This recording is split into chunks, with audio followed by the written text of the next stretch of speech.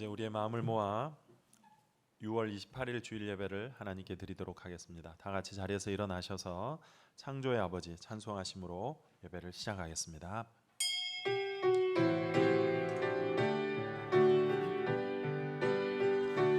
주 영광 여김하사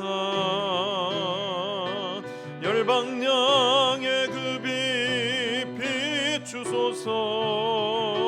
주의 얼굴 구할 때 주의 향기 머무소서. 주 영광 여김하사 열방량의 그 빛 비추소서.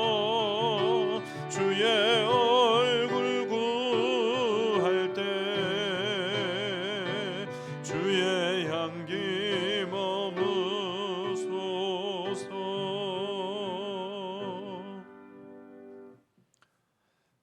그러므로 형제들아, 내가 하나님의 모든 자비하심으로 너희를 권하노니 너희 몸을 하나님이 기뻐하시는 거룩한 산 제물로 드리라. 이는 너희가 드릴 영적 예배니라. 하나님은 영이시니 예배하는 자가 영과 진리로 예배할지니라. 아멘. 우리의 힘과 능력이 되시고 인도자가 되시는 하나님 아버지, 저희가 전심으로 주님을 사랑하며 드리는 오늘 이 예배를 받아주시옵소서. 존귀하신 주님의 은혜의 보좌 앞에 나와 엎드려 경배하는 저희를 불쌍히 여겨주시고 은총을 내려주시되 자비가 필요한 자에게 주님의 자비하심을 나타내시며 연약한 자에게 주의 완전하심을 보이시고 가난한 심령으로 은혜를 구하는 자에게는 생명의 말씀으로 배부르게 채워주시옵소서. 정결한 몸과 마음으로 예배하는 모든 성도들에게 주님의 은총의 얼굴을 나타내 주시옵소서. 우리 주 예수 그리스도의 이름으로 기원하옵나이다.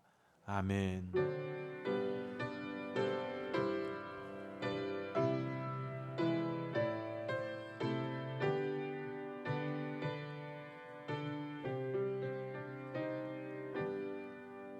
성시교독은 20번입니다.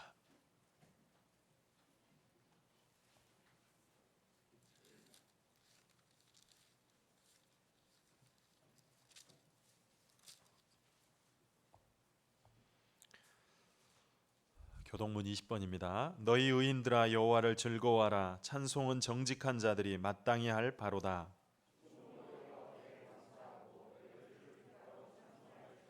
새 노래로 그를 노래하며 즐거운 소리로 아름답게 연주할지어다.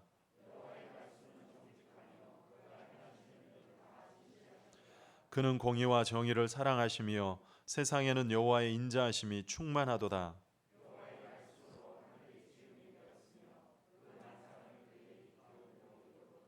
그가 바닷물을 모아 무더기같이 쌓으시며 깊은 물을 곳간에 두시도다.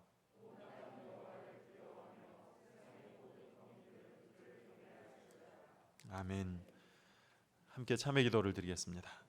자비로우신 하나님, 크신 사랑과 주의 인자하심을 믿고 이 시간 우리가 부끄러웠던 죄악들을 고백합니다. 지난 한 주간도 저희는 성령님의 세미한 음성에 귀 기울이지 않고 세상의 헛된 욕망을 추구하며 살았습니다. 영의 일을 생각하지 않고 육체를 자랑하며 탐욕을 부리고 몸의 편안만을 추구하며 살면서 하나님의 심판을 두려워하지 않았습니다. 코로나19라는 악재 속에서도 그리도 힘겨워하면서도 영적인 나태함에 빠져 기도하기를 싫어했으며 예배에 열심을 내지 못했습니다. 섬기는 일에 인색했습니다. 하나님의 눈이 인생을 통촉하시고 하나님의 안목이 우리를 감찰하시거늘 저희는 깨닫지 못한 채 추한 죄를 지으며 살아왔습니다. 자비로우신 하나님, 저희의 무지와 연약함을 불쌍히 여겨 주시옵소서.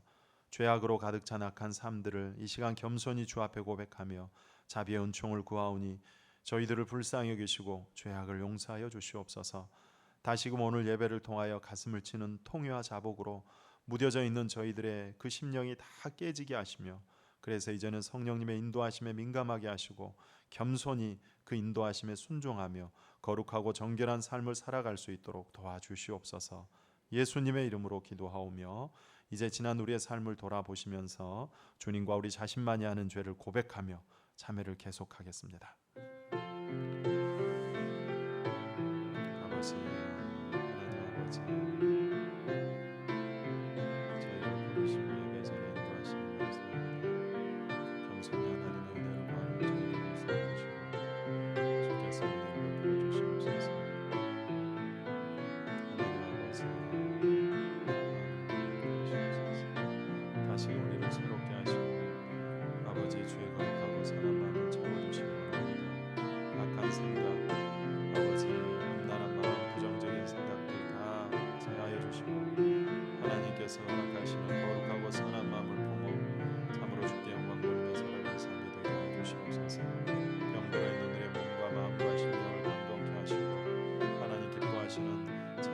아버지 온전한 삶을 살아갈 수 있도록 도와주시옵소서. 믿음을 더하여 주시옵소서. 주께서는 용서하시는 하나님이시라. 은혜로우시며 긍휼히 여기시며 더디 노하시며 인자가 풍부하심으로 그들을 버리지 아니하셨나이다. 아멘. 나는 전능하신 아버지 하나님 천지의 창조주를 믿습니다. 나는 그의 유일하신 아들 우리 주 예수 그리스도를 믿습니다. 그는 성령으로 잉태되어 동정녀 마리아에게서 나시고 본디오 빌라도에게 고난을 받아 십자가에 못 박혀 죽으시고 장사된 지 사흘 만에 죽은 자 가운데서 다시 살아나셨으며 하늘에 오르시어 전능하신 아버지 하나님 우편에 앉아 계시다가 거기로부터 살아있는 자와 죽은 자를 심판하러 오십니다. 나는 성령을 믿으며 거룩한 공교회와 성도의 교제와 죄를 용서받는 것과 몸의 부활과 영생을 믿습니다. 아멘. 자리에 앉으시기 바랍니다. 342장 찬송하겠습니다.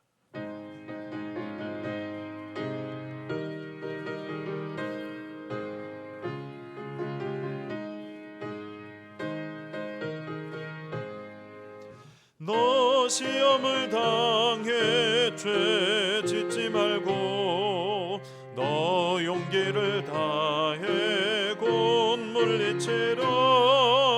너 시험을 이겨 새 힘을 얻고 주 예수를 믿어 늘 승리하라. 우리 구주의 힘과 그의 위로를 빌라. 주님 내 편에 서서 항상 도우시리. 내 친구를 삼가 잘 선택하고 너행을 삼가 늘 조심하라. 너 열심을 다해 늘 충성하고 온 정성을 다해 주 봉사하라. 우리 구주의 힘과 그의 위로를 빌라. 주님 내 편에 서서 항상 도우시리. 잘 이기는 자는 상 받으리니 너 낙심치 말고 늘 전진하라. 내 구세주 예수 힘 주시리니 주 예수를 믿어 늘 승리하라. 우리 구주의 힘과 그의 위로를 빌라. 주님 내 편에 서서 항상 도우시리. 이 시간 예배를 위해서 박종옥 권사님 나오셔서 기도 인도해 주시겠습니다.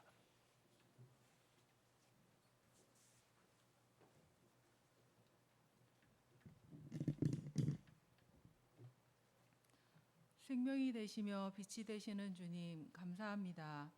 한 주간도 베풀어 주신 은혜 가운데 살게 하시고 거룩한 날을 구별하여 예배드릴 수 있도록 인도하신 하나님 감사를 드립니다.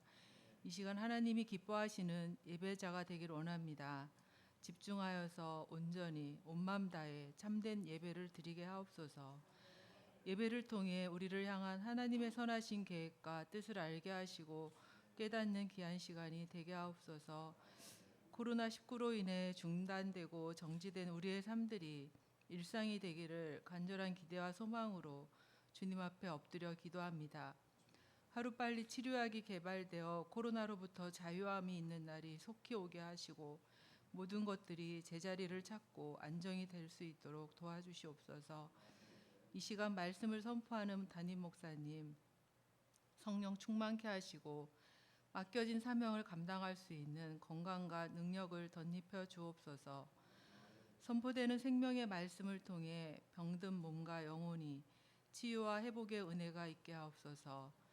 말씀을 통하여 우리 속에 깨끗한 마음과 정직한 마음으로 새롭게 하여 주시옵소서.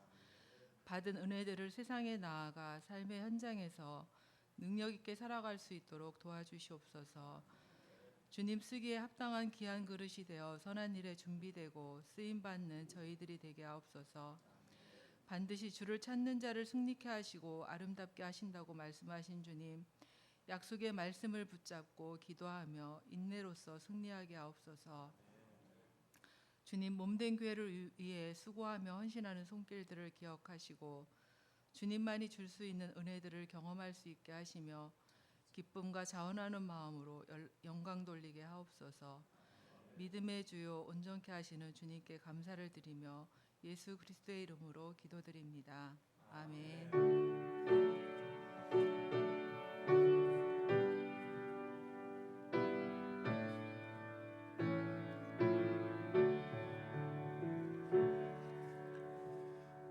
오늘 우리에게 주신 하나님의 말씀은 다니엘 12장 1절에서 13절까지입니다.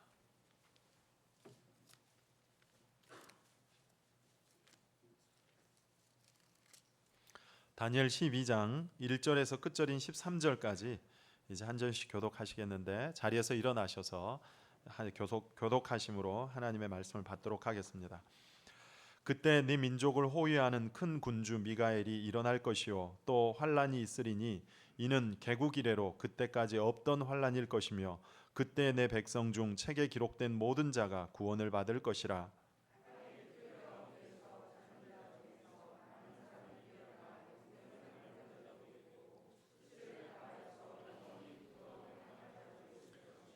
지혜 있는 자는 궁창의 빛과 같이 빛날 것이요 많은 사람을 옳은 대로 돌아오게 한 자는 별과 같이 영원토록 빛나리라.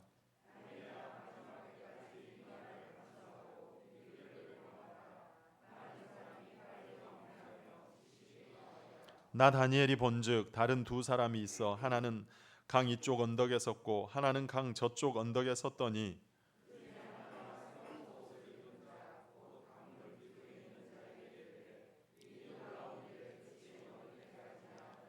내가 들은즉 그 세마포 옷을 입고 강물 위쪽에 있는 자가 자기의 좌우 손을 들어 하늘을 향하여 영원히 살아계시는 이를 가리켜 맹세하여 이르되 반드시 한때 두때 반때를 지나서 성도의 권세가 다 깨지기까지이니 그렇게 되면 이 모든 일이 다 끝나리라 하더라.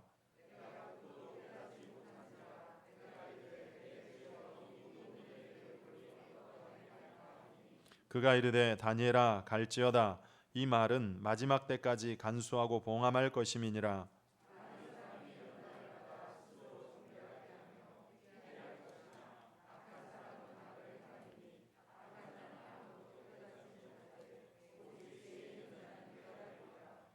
매일 드리는 제사를 폐하며 멸하게 할 가증한 것을 세울 때부터 1290일을 지낼 것이요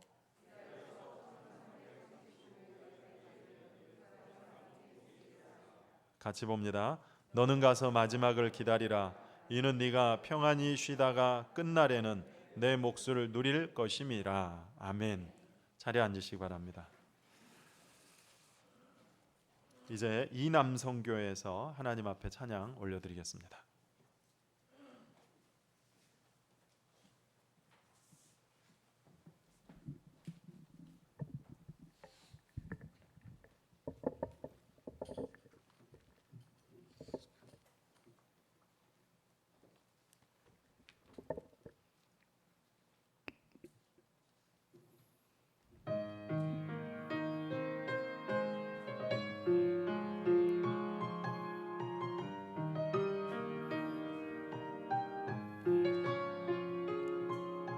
여호와는 나의 목자시니 내가 부족함 없도다. 푸른 초장에 누이시며 나를 쉴만한 물가로 오 주께서 인도하네.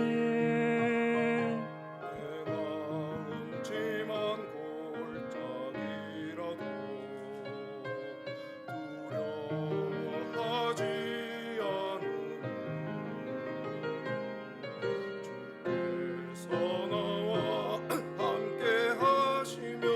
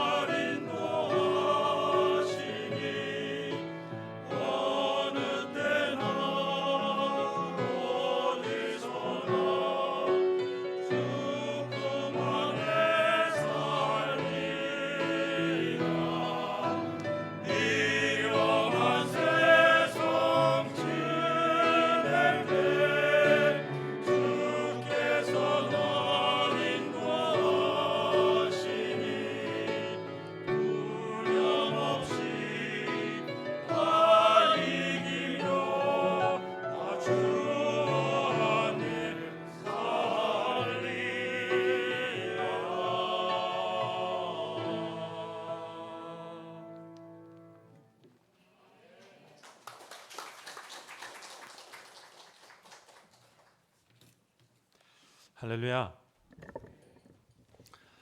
드디어 이제 오늘 다니엘 마지막 장입니다.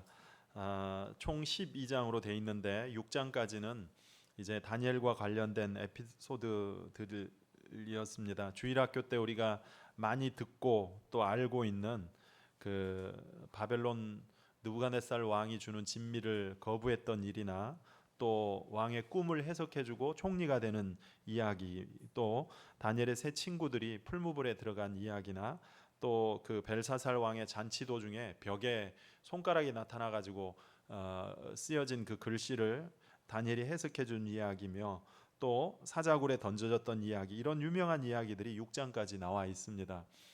그리고 7장부터는 4개의 환상입니다. 묵시라고 하는데 장차 이루실 일을 환상으로 보이시고 알려주셨습니다. 요한계시록이 그렇죠. 그래서 다니엘서를 구약의 요한계시록이다 이렇게 얘기를 합니다. 그만큼 요한계시록과 거의 일치를 합니다. 물론 어렵죠. 영적인 계시니까. 그러나 한편으로는 이게 이제 역사적으로 일어날 일들을 통해서 영적인 계시를 보여주기 때문에 역사적 해석을 하면 이해는 쉽습니다. 그러나 이제 그 뒤에 있는 영적인 해석을 우리가 알아야겠죠. 거기에 이제 4짐승 환상이 나오고 또 순양, 순염소 환상, 그리고 70일의 환상, 그리고 이제 마지막 4번째 환상이 히데겔 강가에서 받은 환상. 그런데 그 분량이 많고 길어서 히데겔 강가 대환상, 대묵시 이렇게 이제 얘기를 합니다. 오늘 이제 마지막인데요. 결국 우리가 살펴보니 다니엘서의 핵심은 뭐냐면 다니엘이 바벨론의 10대 청소년 때 포로로 끌려가 가지고 거기서 총리가 되고 그런 과정에서 믿음을 지켰던 이야기도 중요하지만 그런 이방 땅에서 계속해서 변하는 그런 국제 정세 속에서 믿음을 지켰던 것도 중요하지만 언제나 그 속에서 그는 천국을 사모하며 살았던 인생이다. 그게 사실은 중요합니다. 그리고 그런 삶을 위해서 다니엘의 2가지 귀한 태도가 있었습니다. 1장에 보면 시작에 어떤 일이 있었어요? 그 바벨론 느부갓네살 왕이 이제 그 잡혀온 포로들 중에 좋은 사람들을 뽑아서 그 바벨론의 관리로 쓰기 위해서 소위 말하면 인재 등용 프로젝트에 다니엘이 뽑혔습니다. 그래서 합숙을 하는데 왕이 주는 진미를 거부합니다. 다니엘 1장 8절에 보니까 다니엘은 뜻을 정하여 왕의 음식과 그가 마시는 포도주로 자기를 더럽히지 아니하리라 하고, 여기에 뜻을 정했다 그랬죠. 하나님께서 그 마신 그 음식으로 세상 것으로 내 자신의 신앙을 무너뜨리지 않겠다, 나를 더럽히지 않겠다, 뜻을 정했어요. 일종의 목표잖아요, 목표. 그리고 그 뜻대로 살기 위해서 살 수 있도록 기도하는 거예요. 하루에 3번씩 시간을 정해놓고 어떤 위협과 방해가 있어도 하나님께 기도하는 것을 쉬지 않고 멈추지 않았습니다. 그 기도가 바로 이방 땅에서 자기 신앙을 지키는 힘이었고 하나님 앞에 정한 그 뜻을 지키는 힘이 되었습니다. 그만큼 기도로 그 신앙과 삶을 지키고 세워가는 기도의 사람이었다는 것입니다. 그래서 다니엘의 삶을 크게 2가지로 요약한다 그러면 뜻을 정한 삶, 기도하는 삶, 이거예요. 그래서 그는 10대 소년 때 포로로 끌려가서 90 넘도록 이방 땅에서 살면서 평생토록 한 번도 흔들리지 않는, 흔들림 없는 믿음의 삶을 살 수 있었던 것입니다. 우리 모든 성도님들이 다니엘과 같은 이런 인생을 살기를 바랍니다. 나이에 관계없이 어느 순간이든 하나님 앞에 뜻을 정하고, 다시 말해서 신앙의 분명한 기준과 목표를 정하고, 그리고 그 목표를 이루기 위해서, 그 뜻을 이루기 위해서 열심히 기도하는 삶을 사는 거예요. 그러면 흔들리지 않는 인생을 살 수 있습니다. 여러분, 이런 다니엘에게 주신 하나님의 복이 무엇이었습니까? 미래의 일들을 보여주셨습니다. 하나님께서 이루실 일들, 계시를 보여주시고 약속을 주셨습니다. 그래서 자신은 물론이거니와 민족을 살리는 영적 파수꾼의 역할을 감당할 수 있었습니다. 우리도 먼저는 분명한 신앙의 목표와 기준, 그 뜻을 정하고, 그리고 그 뜻을 이루기 위해서 열심히 기도함으로 하나님의 약속의 계시들을 통찰하여서 내가 살고 내 주변을 살리고 많은 영혼을 살릴 수 있는 그런 믿음의 사람들이 되시기를 바랍니다. 하나님께서 다니엘에게 마지막 때에 이루어질 일들을 보여주셨습니다. 이거는 특권이죠, 특권.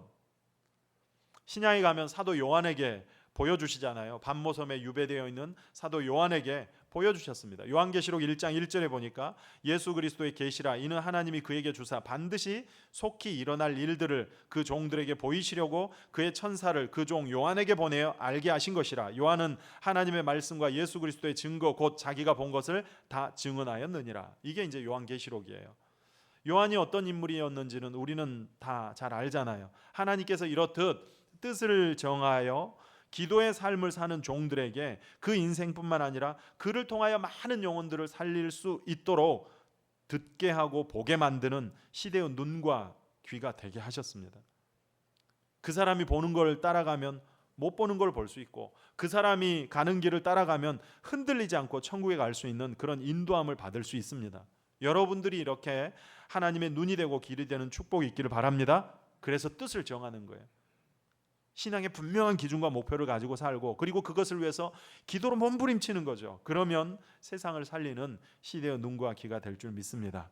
오늘 본문을 이제 크게 두 부분으로 좀 나눠 가지고 살피려고 하는데, 1절에서 4절까지와 5절부터 이제 13절까지인데요. 먼저 전반부인 1절에서 4절까지는 마지막 때 징조를 통해서, 다시 말하면 다니엘이 보여주는 종말론의 메시지입니다.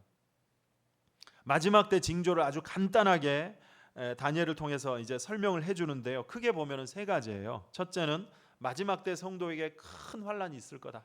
그러나 걱정할 것이 없는 게 하늘나라 생명책에 기록된 자는 다 그 환란 속에서 보호받고 구원받기 때문이다.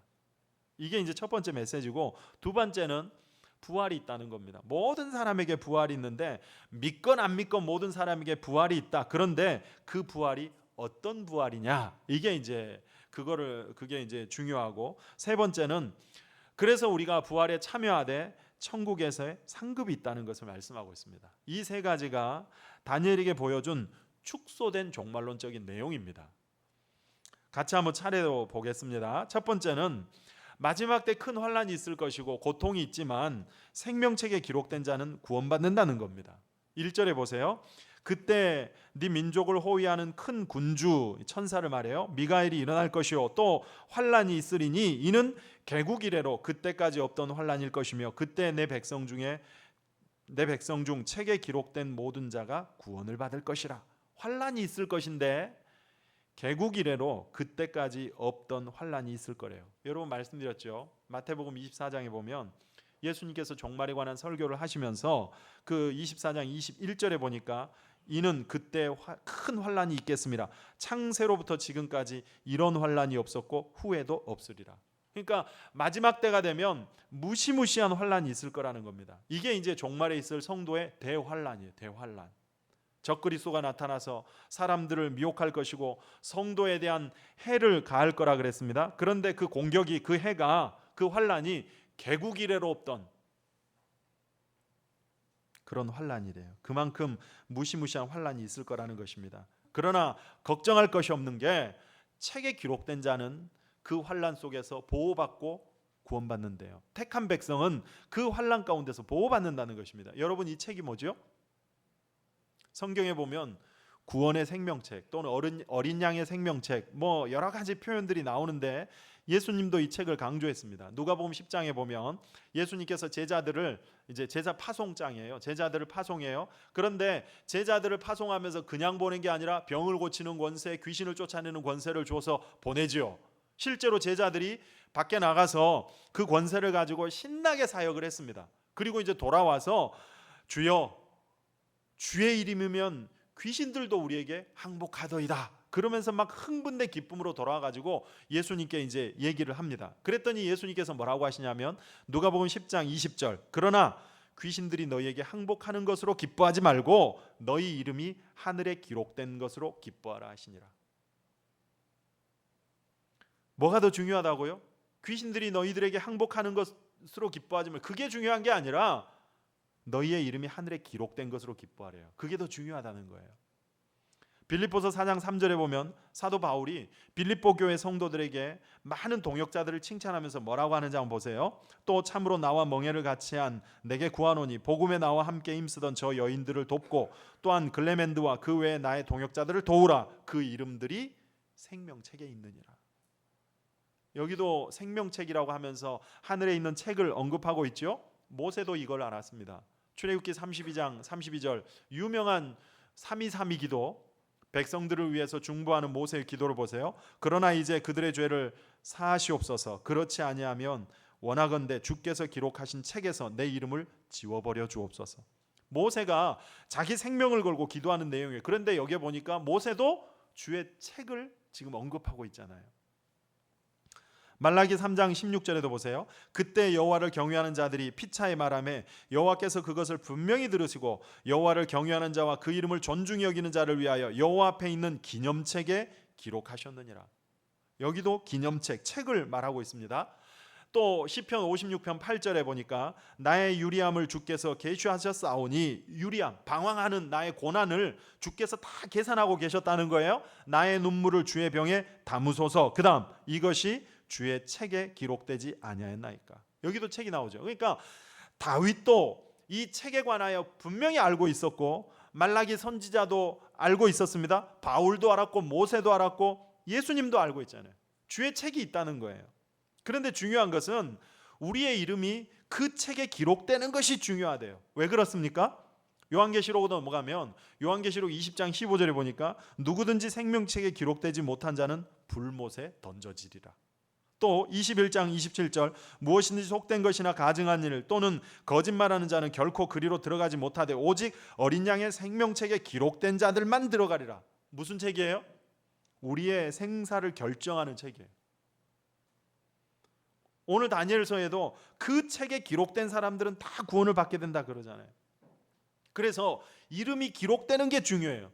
기록돼 있으면 안심이 되잖아요. 여러분, 내가 어디 비행기를 타는데 공항에 가서 티켓팅을 해야 되잖아요. 발권을 하는데 그 예약자 명단에 내 이름이 있다 그러면 뭐 가다가 차가 막혀도 줄이 늘어서 있어도 못할 걱정이 없잖아요. 시간만 맞춰가면은 무조건 탈 수 있습니다. 명단에 있잖아요. 그러나 그 예약자 명단에 내 이름이 없다 그러면, 물론 어떨 때는 뭐 좀 늦게 가도 빈자리가 많아가지고 예약을 안 해도 탔던 경험이 있어요. 그래서 야, 예약 필요 없어, 그냥 뭐 가도 현장에서 다 끊을 수 있어, 뭐 한두 번은 그럴 수 있습니다. 그러나 결정적일 때는 예약 명단에 없으면 못합니다. 하나님 앞에도 마찬가지라는 거예요. 겉으로 볼 때는 비슷해 보이지만 생명책에 기록된 것과 안 된 것은, 그거는 하늘과 땅 차이예요. 결정적일 때 명단에 없어서 구원에서 제외될 수 있다는 것입니다. 그렇다면 우리가 해야 될 일은 뭐겠습니까? 그 생명책에 우리의 이름이 기록되도록 하는 것이 먼저고, 그게 뭐예요? 예수 믿는 믿음 안에 서 있는 거죠. 믿음 붙드는 것이고, 그리고 두 번째는 그 이름이 결코 지워지지 않도록 하는 거예요. 아까 모세가 자기 이름을 걸고 기도했더니 하나님께서 그 323이 뒤에 33절에 뭐라고 하냐면 누구든지 내게 범죄하면 내가 내 책에서 그를 지워버리리라. 그러니까 지워버리시기도 하신다는 거예요. 그렇다면 기록되게 하는 것이 중요하고, 기록되었다면 결탄코 지워지는 일이 없도록 하는 것이 중요하죠.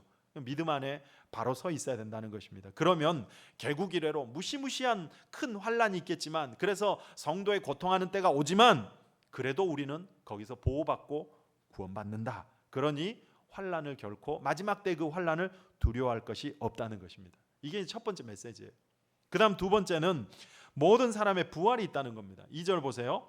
땅의 티끌 가운데서 자는 자 중에서 많은 사람이 깨어나, 이거 부활을 말하는 거예요. 그러니까 여러분, 이 부활이라고 하는 것은 벌써 구약 성경에 나오잖아요. 다니엘서에 깨어나, 많은 사람이 자는 자 중에서 깨어나 부활하여 영생을 받는 자도 있겠고 수치를 당하여 영원히 부끄러움을 당하는 자도 있을 것이며. 자, 이건 뭐냐면 부활이 있는데, 모든 사람의 부활이 있는데, 자는 자 중에 깨어나 모든 사람이 부활이 있는데, 그 부활에서 두 가지로 구분이 된다는 거예요. 영생을 받는 자도 있고 영원히 부끄러움을 당할 자도 있을 거래요. 그러니까 여러분, 죽으면 끝입니까? 아니죠. 죽음 이후에 반드시 영원한 세계가 있습니다. 그 영원한 삶, 죽음 이후의 세계가 분명히 있어요. 문제는 그 영원히 살 세계에서 영생을 받는 자도 있을 것이고, 그러니까 영생의 부활이 있고 수치를 당하여 영원히 부끄러움을 당한 자도 있을 것이며, 어떤 부활?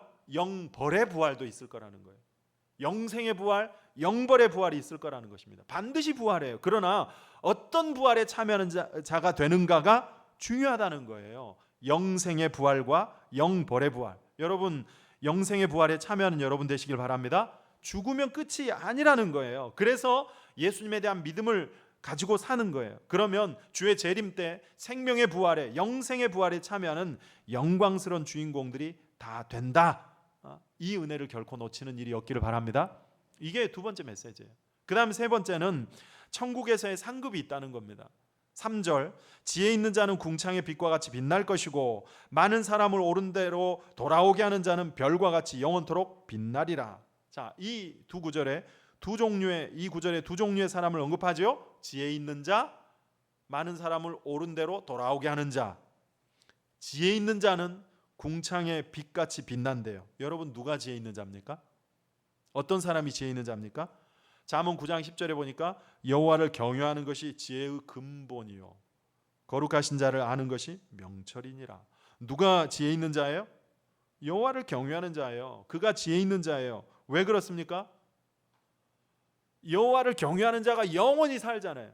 영원히 사는 지혜를 가지고 있는 자가 진짜 지혜로운 사람 아닙니까?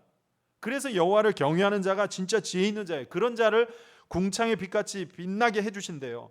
그리고 두 번째, 많은 사람을 옳은 대로 돌아오게 하는 자. 누구예요? 여기에 이제 우리의 선교적 사명이 있습니다. 생명책에 이름이 기록되도록 도와주는 사람, 그 영혼을 살리는 사람, 우리가 이런 사람이 돼야 됩니다. 그 누군가에게 빵을 주는 것도 필요하고 중요해요. 그러나 더 근본적으로 그 영혼이 살 수 있도록 도와주는 사람, 이게 옳은 대로 돌아오게 하는 자죠. 성경에 보면 친구의 우정, 그러면 다윗과 요나단, 제가 가끔 말씀드리는데 다윗에게 있어서 요나단은 어떤 친구였어요? 요나단은 사울 왕의 아들이었습니다. 그러니까 요나단은 가만히 있으면 아버지 사울 다음으로 자신이 왕이 될 수 있잖아요. 그러나 이 요나단은 알았어요. 하나님의 뜻을 알았어요. 이 나라의 왕은 내가 아니라 우리 아버지 다음으로 다윗이라는 것을 알아요. 그래서 그 다윗에게 하나님의 그 꿈과 비전을 알게 해주고 도와줘요. 그 뜻 가운데 설 수 있도록 도와요. 너는 우리 아버지 다음으로 왕이 될 사람이야. 그러니 믿음 안에 서 있어야 돼 하면서 다윗을 도와줬던 사람이에요. 특별히 사무엘상 23장 10절에 보니까 곧 요나단이 그에게 이르기를 두려워하지 말라. 내 아버지 사울의 손이 내게 미치지 못할 것이요 너는 이스라엘의 왕이 되고 나는 네 다음이 될 것을 내 아버지 사울도 안다 하니라. 알지요? 그래서 다윗으로 하여금 그 하나님의 뜻과 비전 가운데 설 수 있도록 제시해 주는 거예요. 그리고 앞에 16절에 보니까 사울의 아들 요나단이 일어나 숲에 들어가서 다윗에게 이르러 그에게 하나님을 힘있게 의지하게 하였는데, 이게 너무 멋져요. 너무 멋진 친구 아닙니까? 다윗으로 하여금 더 하나님을 힘있게 의지할 수 있도록 도와주는 거예요. 여러분, 이런 친구 하나 있다라면 그 인생이 참으로 복된 인생이라고 봅니다. 그런 친구 있으세요? 여러분이 누군가에게 이런 친구가 되어주세요. 이 사람이 바로 옳은 대로 돌아오게 하는 자예요. 하나님은 이런 사람 어떻게 하신다고요? 하늘의 별과 같이 빛나게 해주신대요. 반대도 있습니다. 반대도. 아까 요나단이었죠. 친구를 옳은 대로 돌아오게 하는 자, 요나단이었어요. 더 하나님을 힘있게 의지하게 해주는 친구였어요. 그런데 비슷한 이름이 있습니다. 요나단이 아니고 요나답. 들어보셨어요? 요나답. 다윗의 큰아들이었던 암논의 친구예요. 암논은 다윗의 큰아들이기 때문에 왕인 다윗 다음에 왕위 계승권자잖아요. 그러니까 암논은 가만히 있으면 왕이 될 사람이에요. 앞길이 열린 사람이에요. 그런데 이 암논이 자기 그 이복 누이 다말을 흠모했습니다. 좋아했어요. 그러나 아무리 자신이 왕세자의 위치에 있다고 할지라도 자기 누이를 어찌할 수가 없잖아요. 그래서 마음으로만 막 좋아하고 괴로워했습니다. 어찌할 수 없어서. 그런데 사무엘하 13장에 보면 그 암논의 친구인 요나답이 와서 암논에게 뭐라고 일러주냐면, 야, 네가 병든 채 누워 있다가 네 아버지가 걱정해서 오면 아버지한테 그래. 아버지, 내 누이 다말이 직접 음식을 가지고 와서 나한테 떠먹여 주면 그러면 내 병이 낫겠습니다. 그렇게 하라는 거예요. 아버지 입장에서야 뭐 아들이 병 낫는 게 더 우선이잖아요. 그래서 이제 실제로 아버지가 오니까 암논이 그런 부탁을 하자 다윗이 그렇게 하라고 해요. 그래서 다말이 음식을 직접 가지고 암논의 방에 왔어요. 직접 먹여달라고 가까이 오라고 하더니 강간을 해버립니다. 그래서 어떻게 되죠? 암논은 그 다말의 오빠였던 압살롬에게 죽임을 당하죠. 결국 친구 잘못 뒀다가 그 인생이 망한 케이스 아닙니까? 그러니까 나를 잘되게 해주는 친구, 영혼이 잘되게 도와주는 친구, 옳은 대로 돌아오게 하는 친구가 있어야 되고, 우리가 그런 사람이 돼야 됩니다. 그런 사람을 하늘의 별과 같이 빛나게 해줄 거래요. 요즘식으로 말하면 하늘의 별과 같이 빛나게 해주신다? 스타 되게 해주신다는 거예요. 하늘나라의 스타가 되게 해주신다는 거예요. 즉 상급이 있다는 것입니다. 여러분, 우리가 천국에 갈 때 결코 그냥 가는 것이 아닙니다. 각각 그 행위와 수고대로 상급이 주어진다는 거예요. 사실 이제 앞에 제가 책을 언급했습니다만 요한계시록에 보면 두 가지 책이 있다고 나오죠. 죽은 자들의 모든 행위를 기록하여 심판에 이르게 할 책들이 있고, 그 다음에 구원받을 자의 명단을 기록해 놓은 생명책이 있다고 나와요. 그러니까 우리의 모든 행위를 기록해 놓은 그 책을 통해서 행위와 수고대로 상급이 주어진다는 거예요. 사도 바울이 디모데후서 4장 7절에 나는 선한 싸움을 싸우고 나의 달려갈 길을 마치고 믿음을 지켰으니 이제 후로는 나를 위하여 의의 면류관이 예비되었다는 거예요. 즉 믿음을 지킨 자신에게 상급이 기다리고 있을 거라는 것을 확신하고 있습니다. 고린도전서 3장 15절에 보니까 누구든지 그 공적이 불타면 해를 받으리니 그러나 자신은 구원을 받되 불 가운데 받은 것 같으리라. 자, 여기에 구원이 나오는데 어떤 구원을 말하고 있어요? 불 가운데 받은 구원. 불 가운데 받은 구원. 이게 뭘까요? 목욕탕에 불이 났어요. 어떻게 해야 됩니까? 얼른 옷 챙겨 입고 빨리 화장하고 그리고 나와야 됩니까? 뭐 그럴 겨를이 어디 있어요. 옷 입을 겨를이 어디 있습니까? 그냥 튀어나와야죠. 그러나 나와서는 일단은 뭐 불 가운데서 내가 살았지만 얼마나 부끄러워요. 마치 그것처럼 내가 구원은 받았지만 불 가운데 살아난 것처럼 부끄러운 구원이라는 겁니다. 부끄러운 구원. 그러니까 하나님 앞에 아무 상급이 없는 부끄러운 구원이에요. 그래서 에스겔 같은 데도 보면 여러분 에스겔 선지자가 그발강가에서 받은 환상, 묵시예요 거기도. 그런데 거기에 보면 앞으로 일어날 일에 대한 성도의 고난과 하나님의 심판에 대한 계시를 말씀하면서 그 에스겔서에 보면 그 계시에 계속해서 반복적으로 나오는 표현 중에 하나가 뭐냐면 행위대로 갚으리라, 행위대로 보응하리라. 이 행위대로라는 단어가 에스겔서에 12번이나 나옵니다. 너희의 행위대로 갚으리라. 그러니까 우리의 그 행위대로 행함대로 심판하신다는 것입니다. 그러니 그때 그 심판대 앞에 섰을 때 아무 내세울 것이 없는 신앙의 열매가 없이 주님 앞에 섰을 때 믿음으로 구원은 받았지만 아무 상급이 없는 부끄러운 구원을 받을 수 있고, 반대로 어떤 이는 영광의 면류관을 받으며 별과 같이 빛나는 구원을 받을 리도 있다는 것입니다. 여러분 어떤 구원을 받고 싶으십니까? 오늘 말씀하잖아요. 많은 사람을 옳은 대로 돌아오게 하는 자는 하늘의 별과 같이 빛나게 해주신다고. 그러니까 열심히 부지런히 영혼이 잘 되도록 돕는 사람이 되어주시고 그 영혼이 구원받도록 하나님 더 잘 섬기도록 돕는 여러분들이 되시길 바랍니다. 그것이 여러분에게 큰 상급이 될 줄 믿습니다. 그 다음 4절을 보시면 다니엘아 마지막 때까지 이 말을 간수하고 이 글을 봉함하라. 많은 사람이 빨리 왕래하며 지식이 더하리라. 마지막 때까지 이 말을 간수하고 봉함하라. 이 말은 마지막 때가 될수록 그 마지막 때가 될 때까지 이 글을 사람들이 많이 봐야 되고 또 볼 것이라는 거예요. 이렇게 해석할 수 있습니다. 그래서 잘 간직하래요. 그리고 그 다음 뭐라 그래요? 많은 사람이 빨리 왕래하며 지식이 더하리라. 이거는 앞으로의 그 변화들을 말하는 거예요. 빨리 왕래하며 지식이 더하리라. 이거는 뭐 합쳐서 봐도 된다고 봅니다. 빨리 왕래하며 지식이 더하리라. 그러니까 빠른 지식이 왔다 갔다 할 거라는 겁니다. 지금 보세요. 어떻습니까? 인터넷을 말하는 거죠. 그 빠른 인터넷에서 많은 지식들이 더해질 거래요. 실제로 그렇지 않습니까? 그러나 여러분, 우리가 그런 많은 지식이 빠르고 많은 지식이 왔다 갔다 하지만 거기서 우리가 올바른 지식만 얻는 것은 아니잖아요. 쓸데없는 뭐 몰라도 되는 지식까지 알아가지고 괜한 걱정과 염려를 막 뒤집어 쓰고 살잖아요. 말세에는 그렇게 헛된 지식에 사로잡힐 거라는 겁니다. 그렇다면 여러분, 우리의 올바른 지식은 무엇이고 어디에서 얻을 수 있어요? 우리의 올바른 지식, 반드시 알아야 되는 지식이 뭐예요? 복음이죠. 복음. 그건 어디에 있어요? 성경에 다 있잖아요. 성경. 복음이 우리의 반드시 알아야 될 올바른 참 지식이에요. 왜 그래요? 그것이 우리의 영혼을 영원히 살게 하는 지식이잖아요. 그래서 복음이 참 지식이에요. 그게 어디에 있다고요? 성경에 있어요. 그래서 말세가 될수록 더 여러분 성경 붙들어야 된다는 거예요. 이게 바로 종말을 살아가는 우리에게 주는 종말의 메시지입니다. 이제 정리가 됐죠? 종말을 살아가는 성도들이 붙들어야 될 메시지, 첫째, 고난이 있을 건데 개국 이래로 이런 환난이 없을 정도로 전무후무한 대환난이 있을 거지만, 그러나 성도는 겁낼 게 없다. 왜?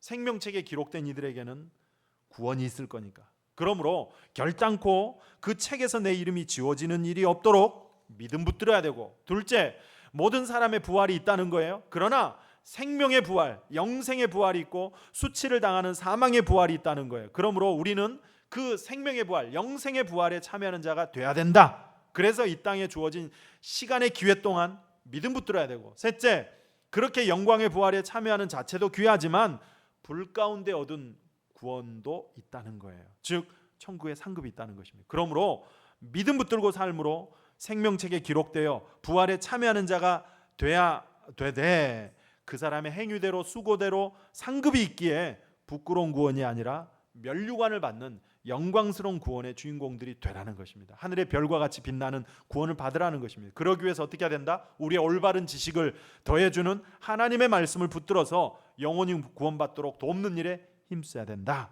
이게 이제 다니엘이 마지막으로 요약해준 종말의 메시지예요. 저는 사실 어떤 성경에 나온 종말론보다 요약이 잘된 종말론이라고 봅니다.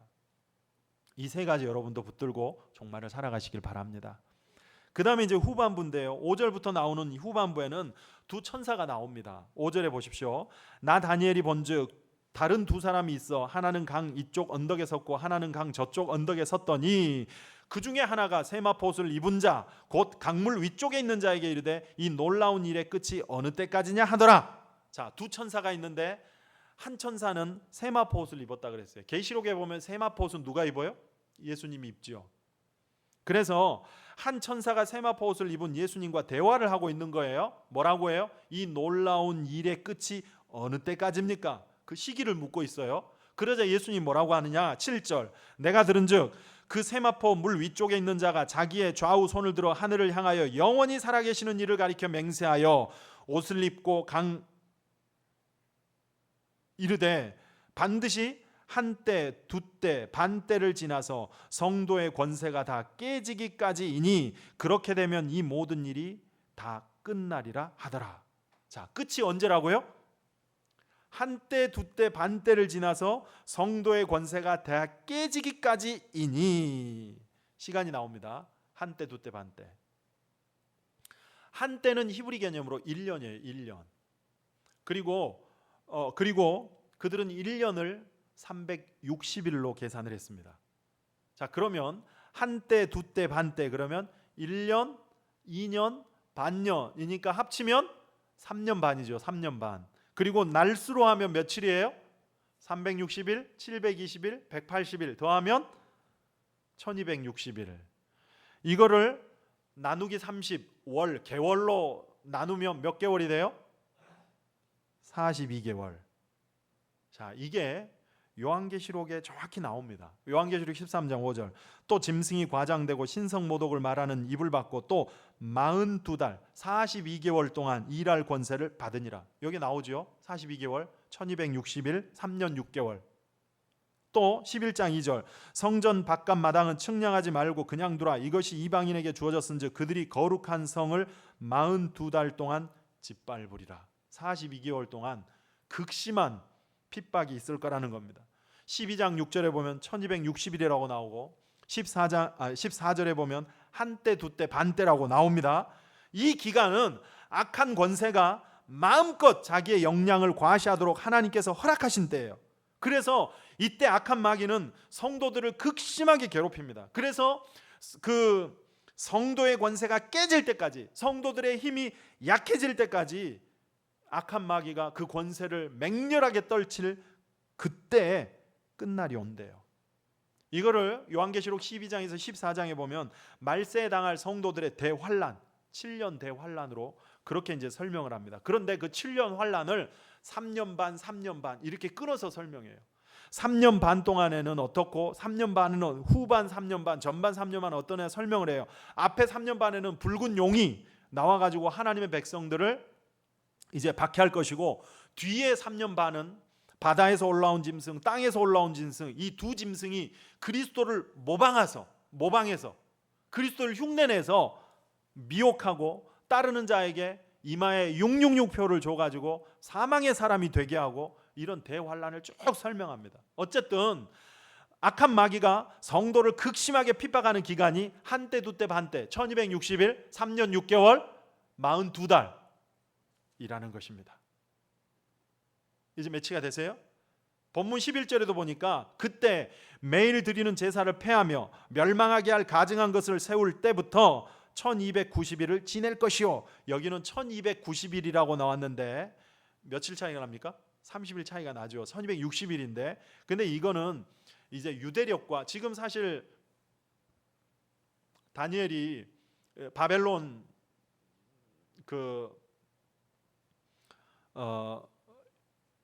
에서 이제 환상을 보고 있기 때문에 바벨론 달력의 날짜 계산법하고 유대력과의 차이 때문에 생겨나는 그 기간이지 똑같이 3년 6개월이에요. 중요한 건 이 기간에 성도를 박해하는 대환란이 있다는 것입니다. 그런데 여러분, 예수님의 공생애가 얼마였습니까? 예수님의 공생애가 3년 반이었죠. 그런데 악한 마귀가 우리 성도들을 마지막에 극심하게 공격하는 그 공격이 얼마라고요? 3년 반이에요. 똑같죠. 그러니까 악한 마귀가 예수님을 모방하는 거예요. 여러분, 악한 마귀가 그렇습니다. 예수님을 늘 모방하고 흉내해요. 그래서 예수님인 듯 미혹하는 거예요. 계시록 19장에 보면 예수님이 흰말을 타고 온다 그러니까 적그리스도가 흰말을 타고 나타나요. 여러분, 신천지 이만희가 행사 있을 때마다 흰말 타는 거 보셨어요? 이단이 뭐예요? 이단? 달을 이에 끝단자잖아요. 그러니까 처음은 똑같아요. 처음에는 보면 우리랑 똑같은 성경 보고 똑같은 찬송 부르고 구분이 안 돼요. 그러나 끝에 가면 본색이 드러나고 이제 달라지죠. 뒤에 가면 그때 본색이 나와요. 이만희가 이긴 자다 그러잖아요. 마귀가 그렇게 예수님을 따라해요. 그래서 한때 두때 반때도 따라하는 거예요. 대신 그 3년 반 동안을 극심한 핍박으로 성도를 박해할 거래요. 그래서 성도의 권세가 다 깨지기까지이니 그 3년 반 동안의 핍박으로 성도들이 그 힘이 약해질 때까지 극심한 환란이 있을 거예요. 그런데 이유가 있습니다. 이유가, 하나님께서 마귀에게 그 권세를 허락하신 이유가 있어요. 10절, 많은 사람이 연단을 받아 스스로 정결하게 하며 희게 할 것이나, 이게 중요합니다. 사탄이 그 한때 두때 반때의 3년 반을 극심한 박해로 핍박하는 이유가 뭐라고요? 무엇을 위해서? 성도의 연단을 위해서. 연단을 위해서. 여러분, 연단은 좋은 겁니까? 나쁜 겁니까? 좋은 거죠. 연단이 있어야 강해지잖아요. 연단이 있어야 깨끗해지잖아요. 철을 불로 연단해야 강해지고 깨끗해지잖아요. 용광로 속에 들어가야 불순물이 다 제거되고 단단해지고 깨끗해지는 것처럼 우리 성도들을 용광로와 같은 대환란 가운데 하나님께서 던지시고 허락하시는 이유가 뭐라고요? 그런 연단을 위해서래요. 그래서 그 연단 속에서 진짜와 가짜가 다 구분이 돼요.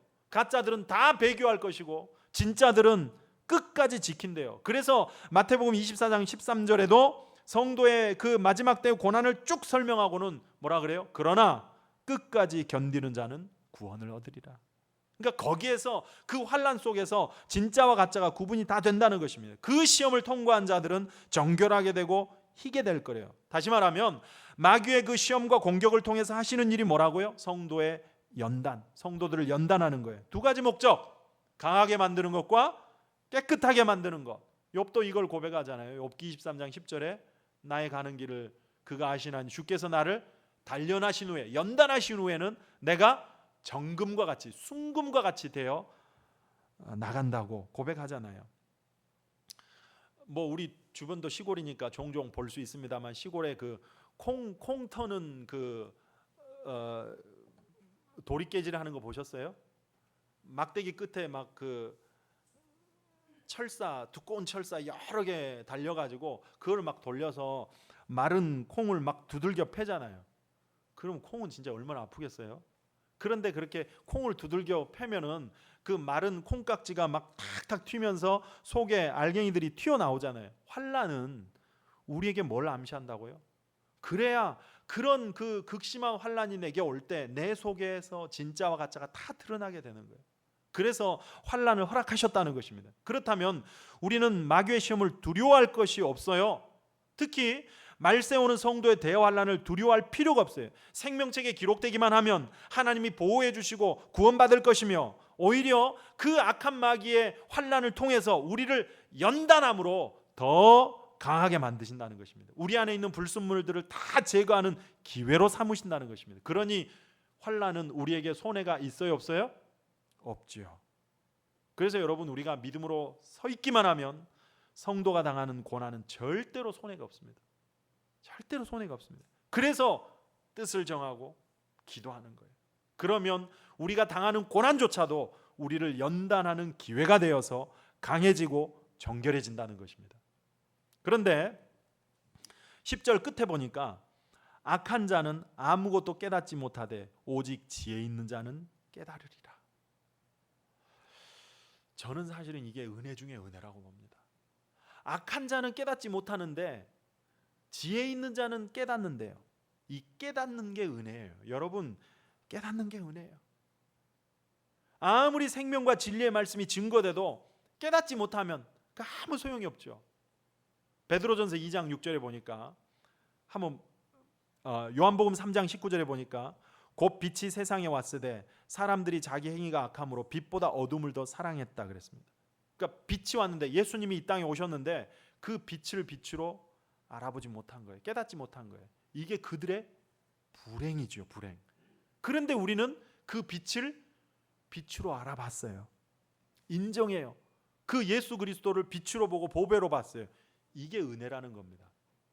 베드로전서 2장 6절에 보면 이렇게 설명합니다. 성경에 기록되었을 때 보라, 내가 택한 보배로운 모퉁이 돌을 시온에 두노니 그를 믿는 자는 부끄러움을 당하지 아니하리라 하였으니 그러므로 믿는 너희에게는 무엇이나 보배이나 믿지 아니하는 자에게는 건축자들이 버린 그 돌이 모퉁이의 머릿돌이 되고 또한 부딪히는 돌과 걸려 넘어지게 하는 바위가 되었다 하였느니라. 무슨 얘기냐면 하나님께서 우리에게 보배로운 모퉁이 돌 되는 그 예수 그리스도를 보내셨어요. 그런데 믿는 우리에게는 그 돌이, 사람들은 버린 그 돌이 우리에게는 뭘로 보여졌다고요? 보배로 보여졌다는 거예요. 보배로. 건축자들이 집을 짓다가 버린 돌인데 우리에게는 그게 보배로운 돌로 보여졌다는 거예요. 그런데 세상 사람들에게는 그게 뭘로 보여져요?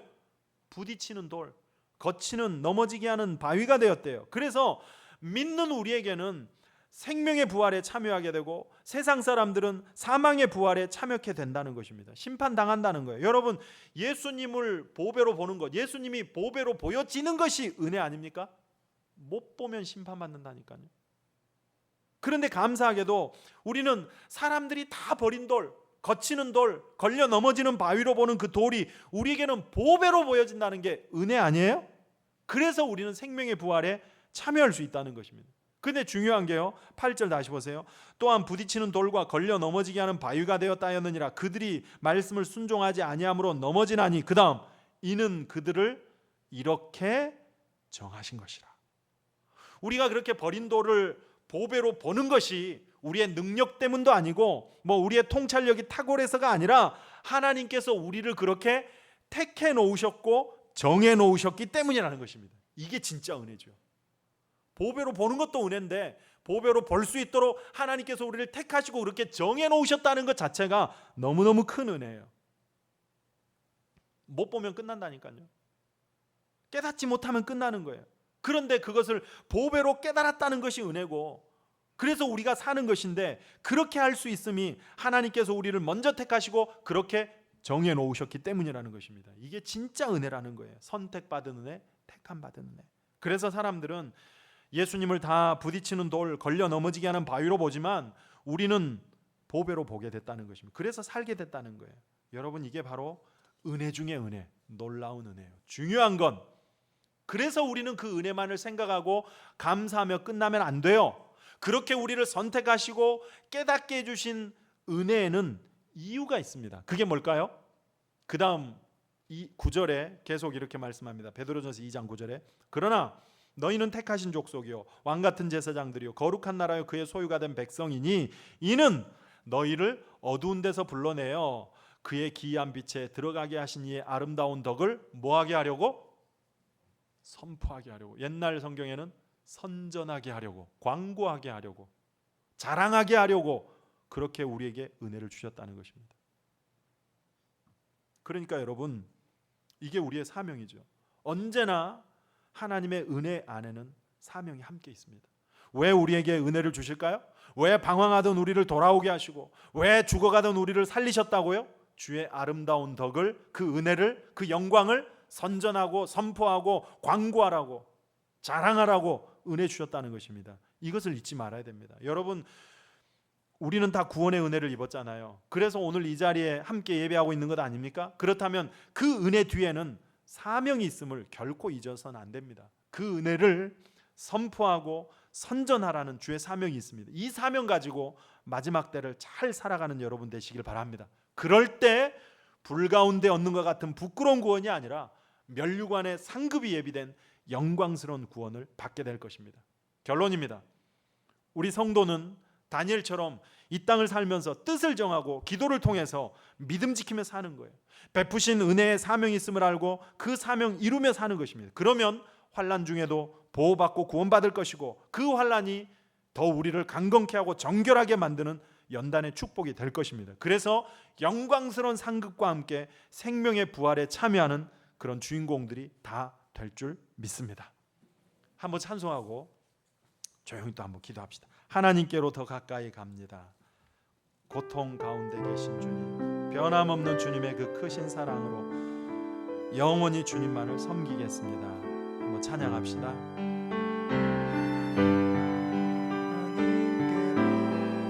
더 가까이 갑니다.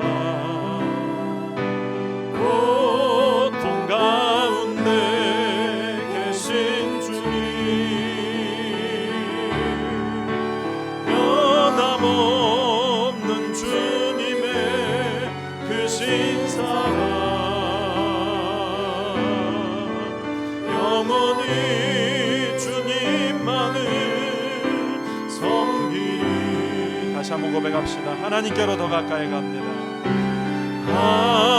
하나님께로 더 가까이 갑니다. 고통 가운데 계신 주님, 변함없는 주님의 크신 사랑, 영원히 주님만을 섬기리. 마지막으로 한 번만 더 고백합시다. 하나님께로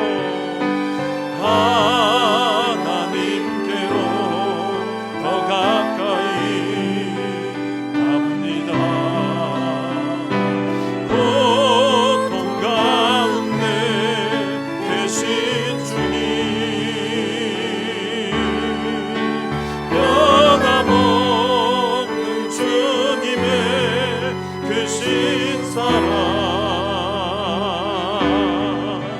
영원히 주님만을 섬기리. 보아라 즐거운 우리 집, 밝고도 거룩한 천국의 거룩한 백성들 거기서 영원히 영광의 거기서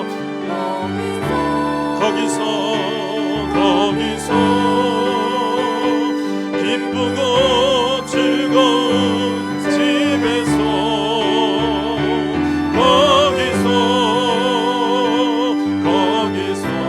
거기서 영원히 영광에 살겠네. 아멘. 이제 한번 조용히 눈을 감고 한번 정리를 해봅시다. 오늘 이제 다니엘 마쳤습니다. 그동안 다니엘이 믿음을 지켰던 이야기들, 이방 땅에서 그 숱한 위협 앞에서 모함과 음모 속에서 믿음을 지켰던 다니엘처럼 첫째, 뜻을 정하고 둘째, 기도함으로 그 신앙을 지켰던 것처럼 우리도 주 앞에서 뜻을 정하고 기도하여 믿음 지키며 살게 도와달라고 기도하시고, 그리고 말세의 그 큰 환난 앞에서도 흔들리지 않도록 도와달라고, 생명책에 기록된 우리의 이름이 결코 지워지는 일이 없도록 우리가 믿음 지키며 살게 도와주시고, 그래서 환난 속에서도 보호받고 구원받게 해달라고, 무엇보다도 부끄러운 구원이 아니라 면류관이 예비된 상급 있는 영광스러운 생명의 부활에 참여하는 자들이 되게 해달라고 한번 오늘 말씀을 생각하면서 조용히 한번 기도하도록 하겠습니다. 기도하겠습니다. 아버지 하나님, 은혜와 사랑 감사합니다. 주여 우리를 불쌍히 주시옵소서. 하나님 아버지 은혜 주시옵소서. 주를 소망하고 주의 나라를 사모하며 살아가는 우리에게 아버지 하나님의 마음을 붙들어 주시고 믿음 지키며 살아갈 수 있도록 도와주시길 간절히 원합니다. 아버지 하나님 앞에 뜻을 정하게 하시고 기도함으로 그 신앙을 분명하게 지켜갈 수 있도록 도와주시옵소서. 하나님 앞에 다시금 우리의 신앙의 목표와 기준을 주여 분명하게 하길 원합니다. 흔들리고 무너진 그 신앙의 뜻들을 다시금 분명하게 정하게 도와주시고, 아버지 하나님 앞에 끊임없이 기도로 몸부림침으로 말미암아 하나님이여 그 뜻을 이루어갈 수 있도록 도와주시옵소서. 살아계신 아버지 하나님, 말세의 그 성도에게 있을 큰 환난 속에서도 결코 우리의 믿음이 흔들리지 않도록 도와주시고, 생명책에 기록된 우리의 이름이 결코 지워지는 일이 없도록 하나님 도와주시옵소서. 환난 속에서도 보호받고 구원받게 하여 주시옵소서. 무엇보다도 구원은 받되 부끄러운 구원이 아니라 아버지 면류관이 예비된 주의 상급 있는 영광스러운 생명의 부활에 참여하는 자들이 다 되게 하여 주시옵소서. 오늘도 우리에게 믿음 지켜주시고 아버지 믿음과 지혜 주셔서 진리의 말씀 속에서 하나님의 뜻을 온전히 깨달을 수 있는 은혜를 주시고, 그 깨달은 바대로 살아감으로 하나님이 원하시는 선하신 뜻과 사명을 이루며 살아갈 수 있도록 주여 도와주시옵소서. 하나님 앞에 다시금 기도하며 믿음을 위해 아버지 엎드리는 주의 성도들을 불쌍히 해주시고, 아버지여 성령의 기름 부심으로 우리의 마음과 심령을 새롭게 하시고 굳건하게 하시옵소서. 흔들림 없도록 도와주옵소서. 우리에도 이 땅에서 다니엘처럼 하나님의 아버지여 선한 뜻을 나타내며 그래서 생명을 살리고 아버지여 세상을 구원해내는 그런 축복의 통로로 다 살아갈 수 있도록 주여 도와주시옵소서. 하나님 아버지, 지난 4개월여 동안 다니엘을 통해서 그가 그 이방 땅의 어려움 속에서도 믿음을 지켰던 이야기들을 통하여 이 코로나19의 어려움 속에서도 우리가 어떻게 믿음을 지켜가야 될지, 그리고 무엇을 소망하며 살아가야 될지를 깨닫게 해주셔서 감사합니다. 그 은혜와 믿음과 말씀들을 붙들고 우리의 삶에 처한 어려움들을 잘 이겨내며 살아갈 수 있도록 도와주시옵소서. 말세 당하는 성도의 큰 환난 앞에서도 우리가 두려워하지 않고 흔들리지 않을 수 있음은 생명책에 기록된 우리의 이름이 결코 아버지여 지워지지 않으며 또 보호받고 구원받을 수 있기 때문이라고 하였습니다. 주님, 그러므로 우리도 결코 그 생명책의 이름이 지워지지 않도록 믿음 붙들고 살아갈 수 있도록 도와주시고, 그래서 주의 재림의 때 영광스러운 상급이 예비되어 있는 생명의 부활에 참여하는 자들이 다 되게 하여 주시옵소서. 언제나 주의 진리의 말씀 속에서 하나님의 뜻을 깨달을 수 있는 지혜 주시기를 원합니다. 그 뜻을 깨달게 하여 주시고, 그래서 그 깨달은 바대로 하나님이 원하시는 선하신 뜻과 사명을 이루어감으로 영광 돌리며 살아가는 저희 모두가 되게 하여 주시옵소서. 우리 주 예수 그리스도의 이름으로 기도하옵나이다. 아멘. 하나님 앞에 봉헌하겠습니다.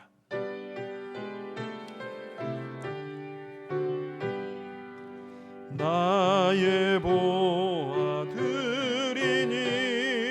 주여 받아 주셔서 하늘나라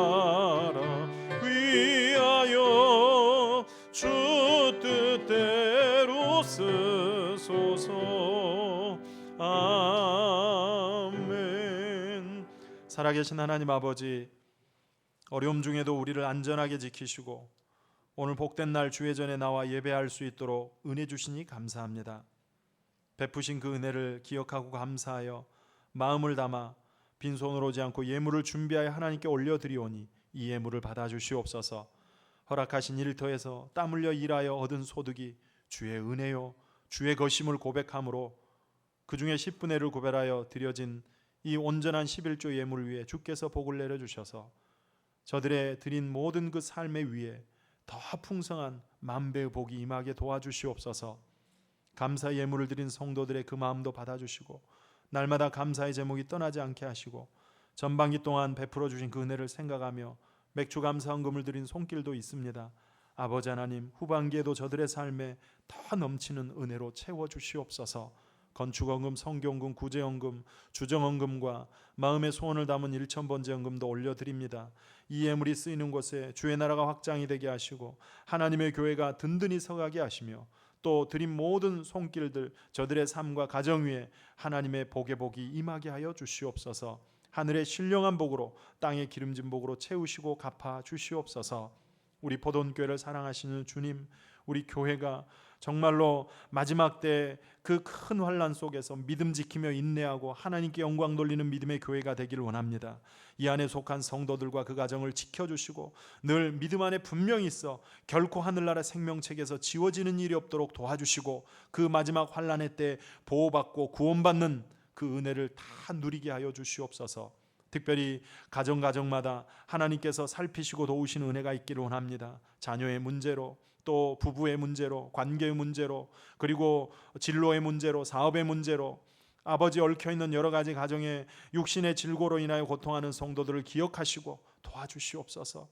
하늘의 지혜 주셔서 잘 헤쳐가게 하시고 치료하시는 능력의 손으로 아버지 하나님 어루만져 주셔서 병들어 아파난 자들의 질병이 치유되고 고쳐지는 은혜가 있게 하여 주시옵소서.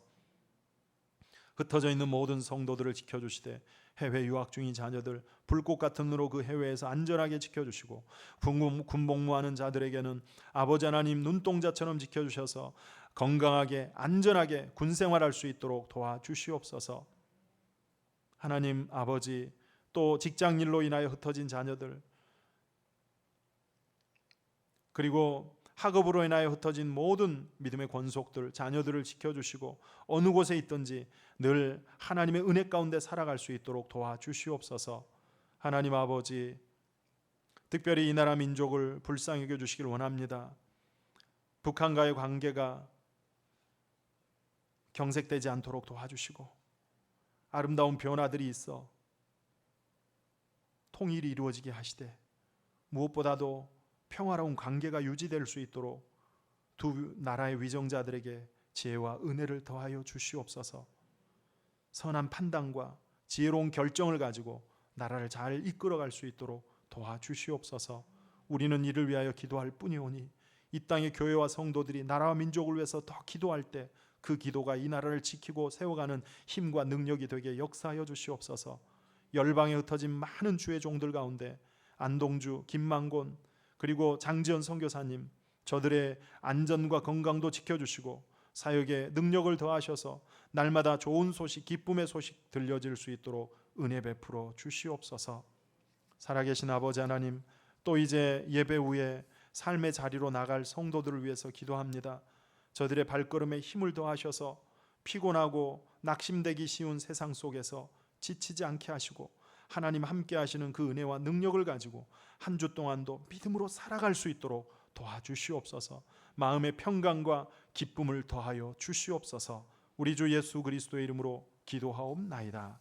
아멘.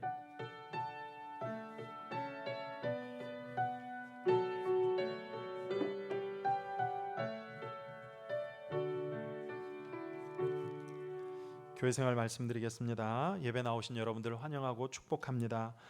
이번 주 수요일은 벌써 이제 7월이 시작되는 7월 첫날입니다. 새벽에 월삭 새벽 기도회가 있습니다. 여러분 많이 나오셔서 기도와 말씀으로 7월 또 한 달을 시작하시길 바랍니다. 다음 주는 7월 첫 주고 전반기 동안 베풀어 주신 은혜 감사하는 마음으로 드리는 맥주 감사 주일입니다. 감사하는 마음으로 예물을 준비하시면 되겠습니다. 그리고 다음 주 2부 예배 후에 교육부서 부장 및 각 기관 남성교회 여전도회 회장 모임이 있겠습니다. 정기재직회가 7월 8일 다음 주 수요일 날 저녁 예배 후에 있겠고, 재직회를 앞두고 교육부서 및 스포츠 선교회 각 부서 그리고 또 재정부 감사를 다음 주 2부 예배 후에 합니다. 그래서 부서별로 회계 장부를 다음 주일 오전까지 재정부에 제출해 주시면 고맙겠습니다. 7월 달 예배 봉사위원들은 명단을 확인하시고 기도로 준비해 주시기를 바랍니다. 앞뒤 좌우로 인사 나누시겠습니다. 이제 자리에서 일어나셔서 찬송가 336장 1절 찬송하신 후에 축도하고 예배를 마치겠습니다.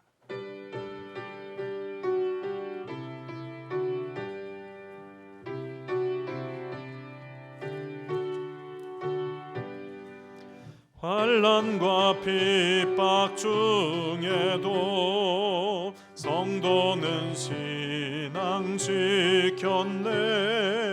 이 신앙 생각할 때에 기쁨이 충만하도다.